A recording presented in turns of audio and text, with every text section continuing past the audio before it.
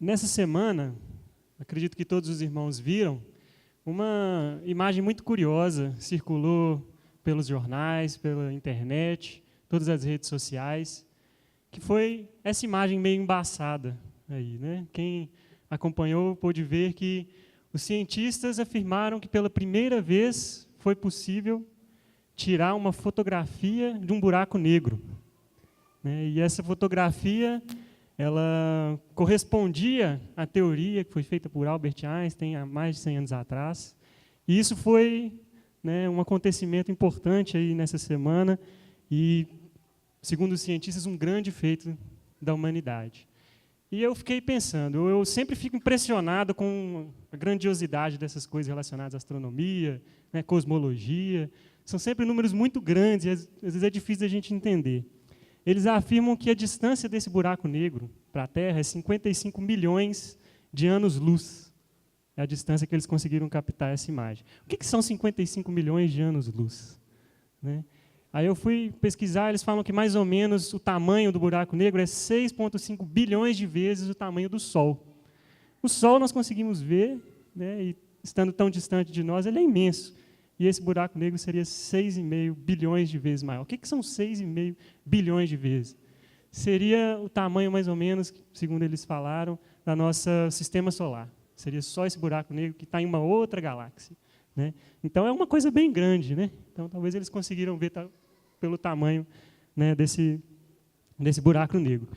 Mas, se nós formos pensar, para tentar dimensionar isso, a distância, né, do Sol até a Terra, a luz demora, na velocidade de 300 mil quilômetros por segundo, demora 8 minutos para chegar aqui na Terra. É o que eles medem. Então, a 300 mil quilômetros por segundo, demora 8 minutos para chegar na Terra. A luz teria que viajar durante 55 bilhões de anos, milhões de anos, para chegar nesse buraco negro. É algo difícil de mensurar, de entender. O que é 1 milhão? Eu já fui uma vez num jogo de futebol que tinha 100 mil pessoas, eu lembro quando eu era criança, e era muita gente. Consigo pensar mais ou menos que é 10 vezes aquela quantidade de pessoas. Talvez, né, a gente vê alguns shows, algumas manifestações na televisão que falam que tem 1 milhão de pessoas, dá para mensurar mais ou menos. Mas 1 bilhão, o que é 1 bilhão? No meu trabalho a gente lida com os números de receita, despesa do Estado, chega a 100 bilhões. Eu não consigo entender o que são 100 bilhões. Tem um número no meu computador lá, mas eu aceito que são 100 bilhões. Mas o que seria essa distância entre a Terra até esse buraco negro, né? Então, embora nas notícias, né, e as reportagens demonstram como um grande avanço da humanidade, o foco deles é esse. Olha o tamanho do ser humano, olha o tamanho do conhecimento do ser humano, chegou a conseguir tirar uma foto num buraco negro, um lugar tão distante. Mas isso me faz pensar, e essas dimensões me fazem pensar, qual que é o tamanho do nosso Deus? Qual que é a dimensão do nosso Deus? Quando a Bíblia fala que Ele é onipresente, isso não significa que Ele pode estar em vários lugares ao mesmo tempo, e vai de um lugar para outro muito rápido, ou está em 2 lugares ao mesmo tempo, mas significa que Ele habita todo o universo ao mesmo tempo. Ele preenche todo o universo. Então, o que isso significa para nós? E, eu trouxe isso como um exemplo, né, para a gente, que me faz lembrar sobre a grandiosidade de Deus, mas tem muitas e muitas passagens que nos fazem entender e pensar um pouco sobre a grandiosidade de Deus, e eu acredito que essa de Marcos 11, 25 é uma delas, e é muito importante. Queria que os irmãos abrissem, por favor, suas Bíblias, mantivessem ela aberta, quem estava com ela na leitura, nesses versículos de Marcos. Vamos pensar um pouquinho sobre esse diálogo que Jesus está tendo com os discípulos. Marcos, no capítulo 11.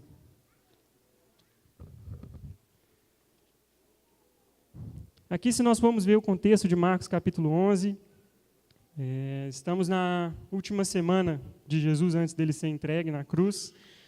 E aí, no início do capítulo 11, na segunda-feira, Jesus entra em Jerusalém, montado num jumento, representando, né, como um rei que vem em paz. Né, quando um rei vinha num cavalo, ele ia para a guerra. Quando ele estava num jumento, era um rei que passava pela cidade num jumento, simbolizava a paz. Né? E Jesus entra em Jerusalém, ele vai direto para o templo, mas como é tarde, ele volta e ele e os discípulos vão para Betânia e dormem lá. E no dia seguinte,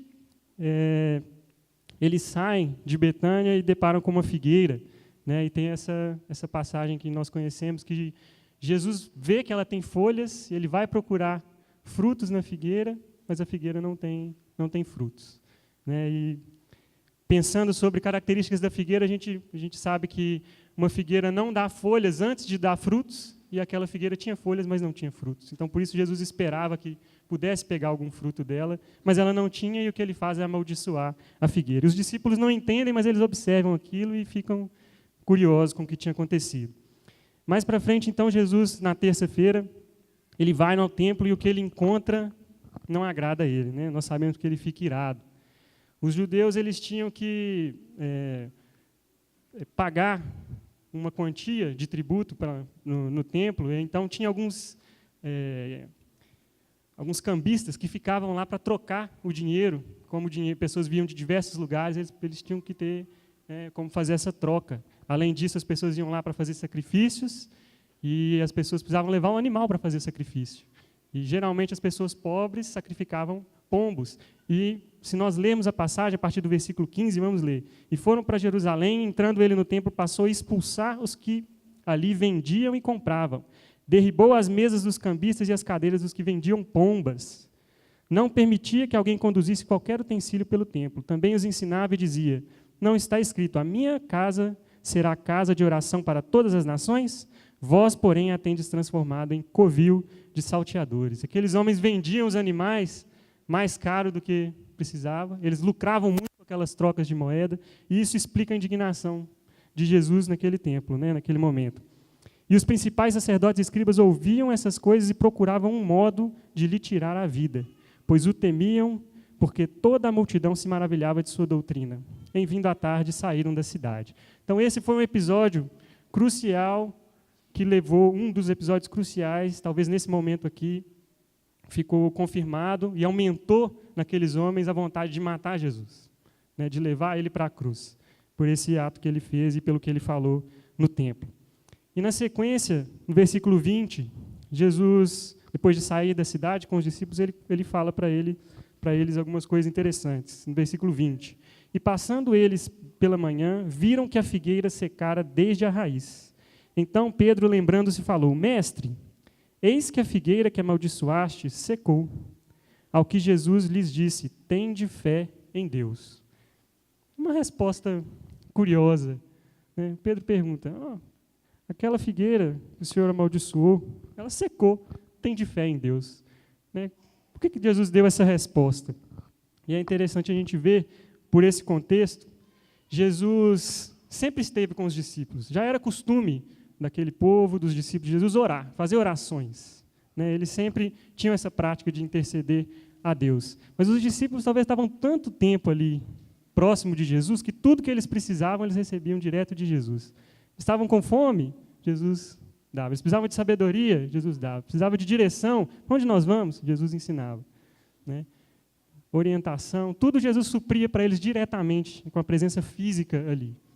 E Jesus, vendo a situação do local onde eles estavam, a idolatria, né, essa imagem, essa figura, né, da figueira secando, representa o juízo de Deus sobre Israel, que viria, né, e ele queria preparar os seus discípulos, para depois da partida dele, terem esse canal de comunicação, para que a oração deles fosse forte, para que eles tivessem o sustento que eles precisassem por meio da oração e do relacionamento com Deus.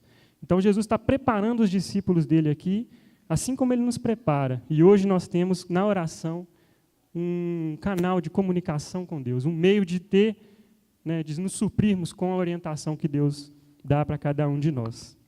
Então, se nós formos ver e pensar no poder de Deus, o tamanho dele, o fato de nós podermos fazer uma oração a Deus, de ter acesso direto a Deus por meio da oração. Que coisa grandiosa. Qual que é o valor que isso tem para nós? Nós estamos preparados e a nossa oração tem surtido o efeito que ela pode surtir? Né? Jesus, logo na frente, na mesma semana, ele orou uma noite inteira, né? Ele orou com os discípulos no momento da ceia, e quando ele estava no Getsemane, o momento que ele pediu para os discípulos orarem, o que eles fizeram? Eles dormiram. Né? Então, representa um pouco dessa fraqueza da oração deles, né, que eles estavam dependentes sempre de Jesus ali diretamente, de ter o que eles precisavam. Mas e nós? Será que, o que vai realmente funcionar na minha vida, onde eu sirvo, no meu ministério, se minha oração não tiver eficaz? Como o Tiago fala, que a oração do justo, né, ela é eficaz. Como nós podemos fazer para que a nossa oração seja realmente eficaz? Então, na sequência dos versículos, a passagem diz, no versículo 23, porque em verdade vos afirmo que se alguém disser a este monte, ergue-te e lança-te no mar, e não duvidar no seu coração, mas crer que se fará o que diz, assim será com ele. Por isso vos digo que tudo quanto em oração pedirdes, crede que recebestes, e será assim convosco. O 25 que nós lemos, e quando estiverdes orando, se tendes alguma coisa contra alguém, perdoai, para que o vosso Pai Celestial vos perdoe as vossas ofensas. Mas se não perdoardes, também vosso Pai Celestial não vos perdoará as vossas ofensas. Então, Jesus está falando aqui sobre a eficácia da oração. E aí nós, que temos o costume de orar, nós sabemos que a oração, para ela ser eficaz, né, ela precisa ter confiança em Deus. Né? Nós, quando oramos, nós precisamos saber quem é Deus, qual que é o caráter de Deus, qual que é o poder de Deus, ter confiança do que Ele faz. Confiança não é a mesma coisa, é um pouco diferente de fé. Né? De você se sujeitar e saber... a fé é o que ativa o poder de Deus. É ela que ativa o poder de Deus. Quem tem o poder não é necessariamente a fé, é Deus. Mas, por meio dela, Ele tem a vontade de nos abençoar. Né? É o canal por qual Deus quer nos abençoar. Pedro, em muitas situações, ele tomava a frente, ele falava. Em uma delas, nós lembramos quando ele andou sobre o mar por um momento, mas depois ele começou a afundar, e ele pediu para Jesus, Jesus, me salva. Né? Jesus puxou ele e falou, homem de pequena fé. Né? Precisava de mais fé para que ele caminhasse. Em outro momento, lá em Lucas 17, uma passagem parecida com essa de Marcos, eles estão perguntando para Jesus, quantas vezes eu tenho que perdoar meu irmão? Né? Num dia. Aí Jesus, até 7. Aí quando Jesus fala sobre o perdão para eles, eles falam, Jesus, aumenta a nossa fé. Né? Enquanto ele estava falando, eu vou ser pego, eu vou ser preso, eles estão falando, não, onde for preciso nós vamos com o Senhor, o que tiver que acontecer nós estamos com você. Mas aí quando fala, perdoe o irmão 7 vezes, aumenta a nossa fé, Senhor, por favor. Quão difícil que era, né? Então a fé é necessária para que a nossa oração seja atendida. E nisso, o que eu queria trazer é características que eu enxergo por meio desses versículos da relação entre a oração e o perdão. Pensando nisso, o tamanho de Deus, o que Deus faz por nós. E qual a relação que pode ter entre a oração e o perdão? Eu acho que a primeira delas, se nós pensarmos no tamanho de Deus, a onisciência de Deus. Porque o que esse versículo está nos dizendo? Que não adianta você chegar diante de Deus com uma oração, você pode ter fé, né, você pode ter confiança. Uma outra característica, tem que pedir, né? Deus sabe tudo que a gente precisa, mas nós temos que pedir, abrir a boca e falar com Ele. Né? E isso nos leva a pensar também, como temos pedido para Ele? Só para satisfazer a nossa vontade? Né? Fazemos oração sempre geral, né? Aquela oração abrangente? Ou temos contado cada detalhe das nossas necessidades para Ele, demonstrado confiança verdadeira e pedir de acordo com a vontade dEle? Mas esse versículo, falando da onisciência, voltando na onisciência, ele me mostra que não adianta chegarmos diante de Deus para pedir, mesmo tendo fé, mesmo tendo confiança, se nós não tivermos um outro componente, que é a integridade. Jesus está falando aqui. Você pode crer, você pode pedir. Se você pedir com fé, você vai receber. Isso preparando eles para saberem pedir quando Jesus partisse. Mas ele fala, se você não tiver integridade, você não vai receber. Né? Se você não perdoar, se você não atentar, né, para a moral ali que está dentro de você, e fazer a oração com sinceridade, mas também sem hipocrisia, né, vamos dizer assim, então aí essa oração vai ser aceita e você vai ser perdoado. São palavras importantes que Jesus está falando, é uma palavra forte. O Salmo 66, 17 diz assim, a Ele clamei com a boca, com a língua o exaltei. O 18, se eu acalentasse o pecado no coração, o Senhor não me ouviria. Se eu acalentasse, ou seja, se eu cuidasse, se eu fizesse ele para ninar ali no meu coração, mantivesse ele ali calmo, quentinho, né, no meu coração, o Senhor não me ouviria. É o que o salmista está falando. Mas Deus me ouviu, deu atenção à oração que lhe dirigi. Louvado seja Deus que não rejeitou a minha oração, nem afastou de mim o seu amor. Então, é o que o salmista está falando. Se nós deixarmos ali o pecado, a transgressão quietinha, o Senhor não ouve a oração. Ela impede que a nossa oração chegue íntegra diante de Deus. Mas o Senhor ouve, e é verdade a promessa dele, quando nós lutamos contra o pecado. Glória a Deus por isso. Também, em Malaquias 7,19, diz que o Senhor lançará todos os nossos pecados nas profundezas do mar. Isso fala para nós também uma característica do perdão de Deus. Se a gente for pensar, vocês sabem a montanha mais alta do mundo, o Monte Everest, 8.500 metros, se não me engano. Mas a distância maior, maior do que essas montanhas, é a fossa marinha mais profunda. E é lá que a Bíblia fala que Deus joga o nosso pecado. Ele não considera, quando nós somos redimidos em Cristo Jesus, ele joga lá no fundo do mar. O homem nem consegue chegar lá. Talvez na montanha alguém já escalou. Mas o pecado fica lá. Ninguém tem acesso mais. Então é a forma como Deus trata o pecado depois que o pecado é perdoado. Hebreus 12:15 também fala para tentarmos diligentemente para mantermos a santidade, para que ninguém seja separado da graça de Deus. É a pregação que nós tivemos na semana passada, Precisamos manter a santidade para que ninguém seja separado da presença de Deus, da graça de Deus, ou que haja raiz de amargura que brote, e a raiz de amargura, quando ela brota, ela contamina a muitos. É um alerta da Bíblia para nós. Mas além da onisciência de Deus e do fato de que nós não podemos esconder nada dele, quando nós chegamos a ele em oração, uma outra questão que eu penso sobre o poder de Deus e a relação entre a oração e o perdão é o tamanho da misericórdia dele. Quão grande é a misericórdia de Deus? Por favor, abra sua Bíblia em Mateus 18. Vamos ler o que fala lá em Mateus 18. E fala da história de um rei, que foi ajustar a conta com seus servos, e ele mandou trazer os servos, e um desses devia 10.000 talentos, uma dívida muito alta. Só que ele não tinha como pagar, aí esse senhor fala para que fosse vendido ele, a mulher, os filhos, tudo que ele possuía, para que a dívida fosse paga. Mas aí no versículo 26 diz, então o servo prostrando-se reverente rogou, sê paciente comigo e tudo te pagarei. E o senhor daquele servo, compadecendo-se, mandou-o embora e perdoou-lhe a dívida. Esse é o versículo 27. Mas saindo dali, a gente conhece a história aqui no versículo 30. No 29, então o seu conservo, caindo-lhe aos pés, lhe implorava, sê paciente comigo e te pagarei. Outra pessoa que devia a ele bem menos, também pediu perdão, pediu que ele perdoasse a dívida, mas no 30 fala, ele, entretanto, não quis, antes, indo-se, o lançou na prisão até que saudasse a dívida. E depois, algumas pessoas que viram aquilo contaram para o senhor dele, para quem ele devia antes, que teve a dívida perdoada, e no 34 diz, indignando-se o seu senhor, o entregou aos verdugos, até que lhe pagasse toda a dívida. Assim também meu Pai Celeste vos fará, se do íntimo não perdoardes cada um a seu irmão. O que Jesus está falando aqui, está mostrando para nós sobre o tamanho da misericórdia de Deus? Ela é imensa, mas ela tem que produzir alguma coisa em nós, tem que fazer a diferença em nós.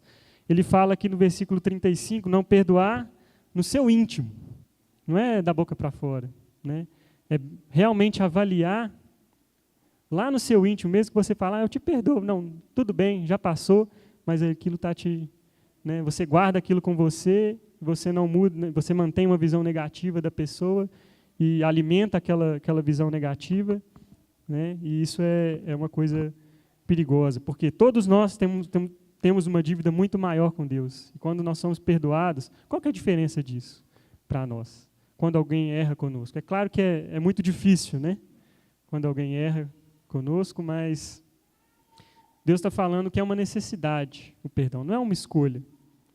Não é que você simplesmente, tem uns que perdoam mais, tem uns que perdoam menos e vamos seguindo o reino, não. É a necessidade de todo discípulo perdoar, por mais difícil que seja. E isso nos diz respeito também sobre o rancor, que é uma coisa que muitas pessoas guardam, e é uma coisa que é difícil, mas nós precisamos lutar com ela. Guardar rancor só vai fazer mal para você, né? E talvez vai fazer com que você faça mal também para outras pessoas.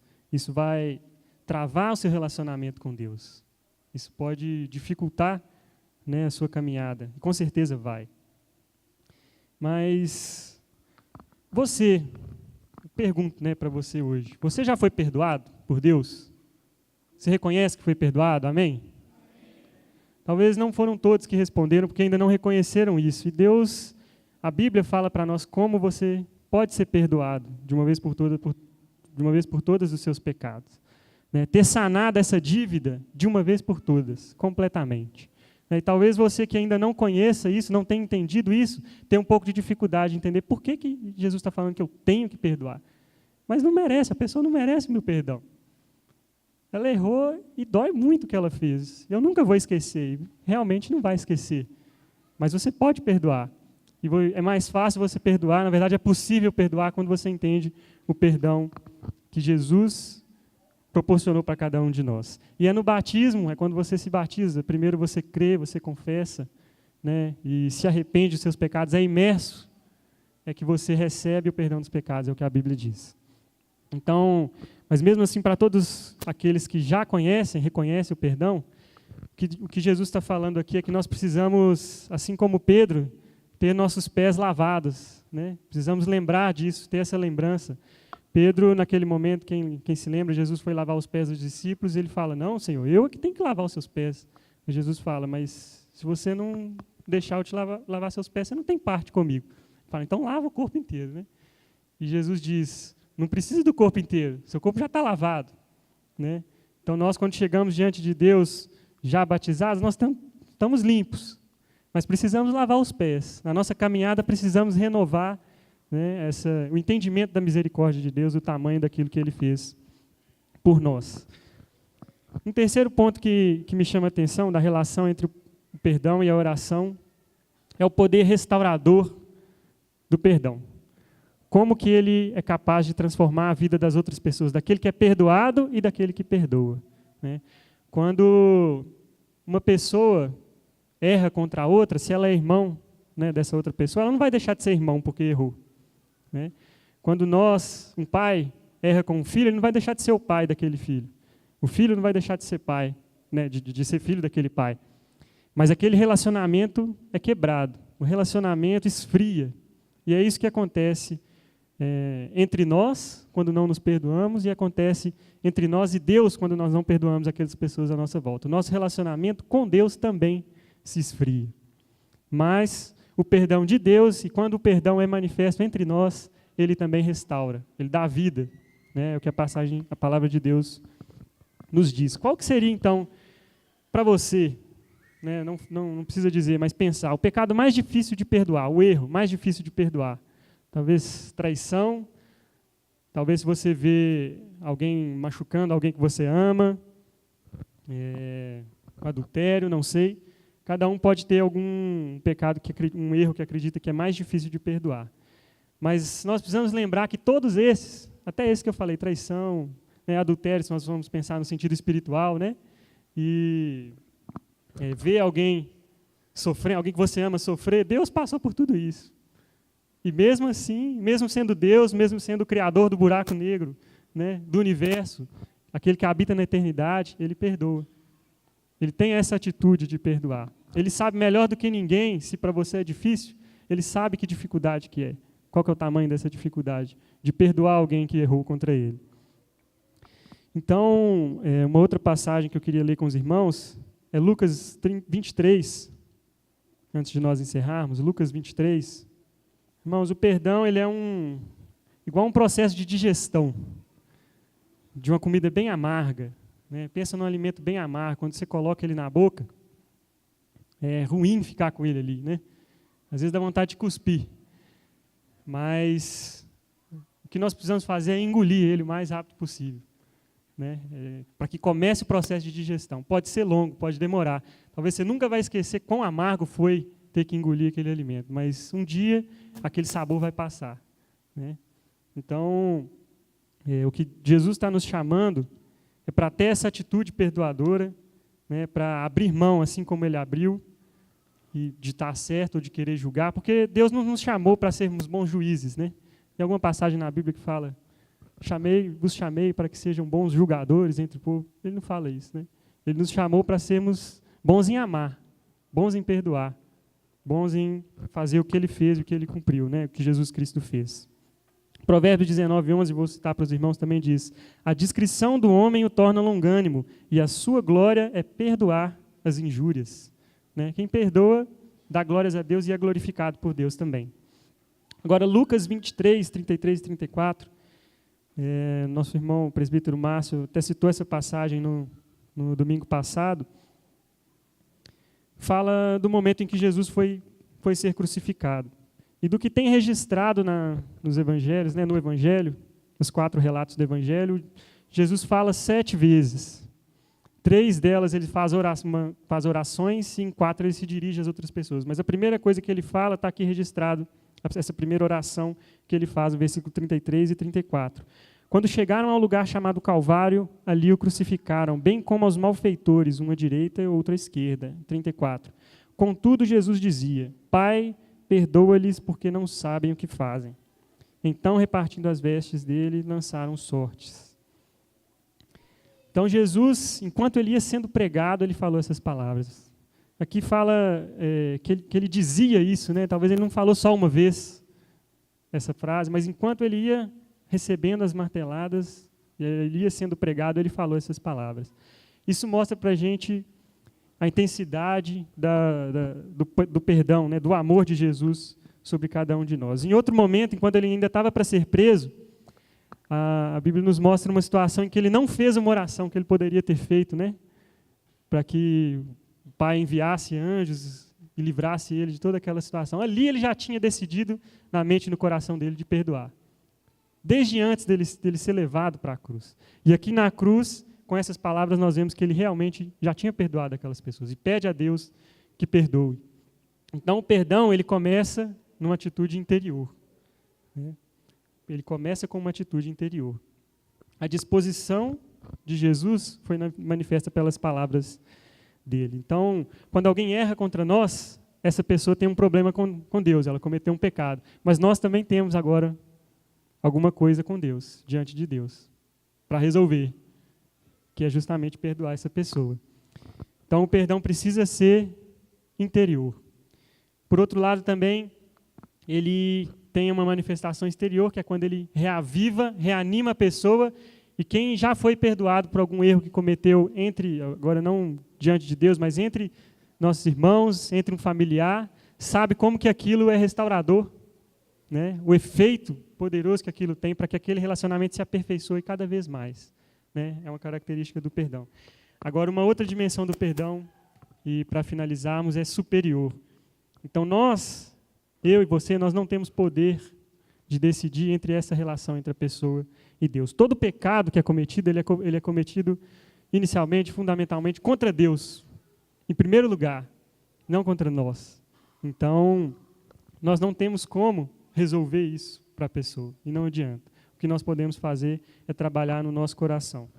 E isso é o que Cristo faz, isso é o que Cristo ensinou para os discípulos, preparou eles, porque é uma necessidade. Se não perdoarem, também o vosso Pai não perdoará.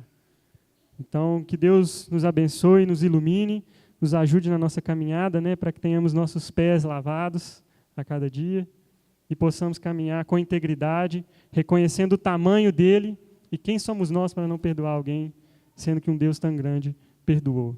Quem somos nós para estar diante de Deus em oração com uma intenção errada, né, sem a integridade que nós precisamos ter.